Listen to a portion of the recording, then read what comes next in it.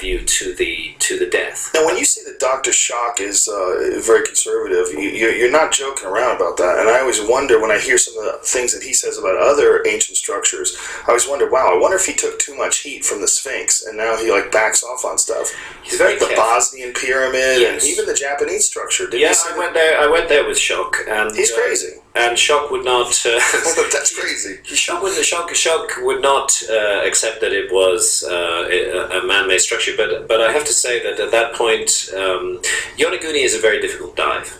It's a very difficult dive. The seas are wild. There's a huge current flows right in front of the monument, and you have to be an accomplished diver to do any work. Schock was on his second open water dive at this point, and on those initial dives that we did on Yonaguni, he was largely fighting for his life. Jesus Christ. And it's very... you guys have balls. I love it. It's very... my wife Santha, who's a photographer, and I... Santha's right here with us. ...have done more than 200 plus dives on the Yonaguni monument. We went through the process of learning to dive and really getting the skills to be able to handle that kind of current, which is literally going to rip your mask off your face and take your regulator out of your mouth. It's like swimming in a river against the current, actually. So what I would say is that I think Schock was a little premature with that conclusion, and I think I have huge respect for Robert Schock. I have huge respect for his openness of mind and his geological acumen, but not enough time was spent on the monument to reach that decision. And it's not just one monument, it's a whole complex of monuments. And further north settles it for me off Okinawa, which is about 400 or 500 miles north of Yonaguni.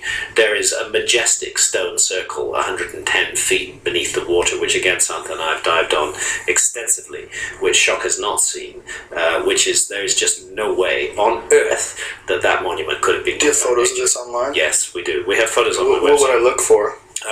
Okay, you go on to www. I'm sure if I just Google it. Go to grahamhancock.com. Okay.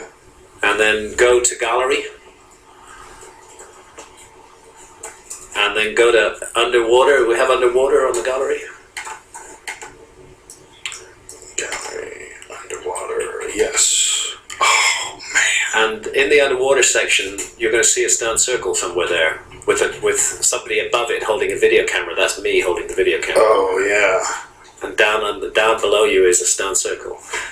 And there's probably some more shots of it. I'm going to just come around and see what you're looking at there. I was looking at this right here. Is that it? Okay, yeah, that's the stone circle. This is the central upright, and these are the surrounding uprights. Yeah, that's somebody made that. Get out. And this thing is 12 feet high. Wow. Wow. And it's 110 feet beneath the sea. That's so cool. Wow, that's incredible. That's amazing. It's the most extraordinary thing. And 110 feet beneath the sea tells us that it was made at least 13,000 years ago, because that's the last time that 110 foot level was above sea level. So, well, that makes sense with Robert Schock about these ruins, the Japanese ruins, because there's one of them that really freaked me out. I watched a documentary on it where they showed these two monoliths. We talked earlier, I described them as pizza boxes. They look like giant stone pizza boxes. They were so perfectly cut and laying right next to each other. I would just think you would look at that and you'd have to throw everything else away. You look at that and you're like, that's not a natural phenomenon. Yeah. There's right angles everywhere, and that sends off... It does. I mean, the beauty and the perfection of the thing is part of it, but part of it which needs to be taken into account. I can understand why some geologists feel that it must be natural, and this is the reason. That the stone is a sedimentary stone. It's laid down in layers, and some of the layers are soft and some of them are hard. And their argument is that the sea battering against these layers selectively removed the soft layers and left the hard layers, producing this stepped effect. The problem with that is that if that happened, then you would expect to see the very large amount of rubble which was created by removing all these layers. You'd expect to see it lying in a disorganized mass down at the bottom of the monument, which from top to bottom the monument's about 70 feet high, so 70 feet down, and all of it's underwater because the bottom is about 110 feet below the sea.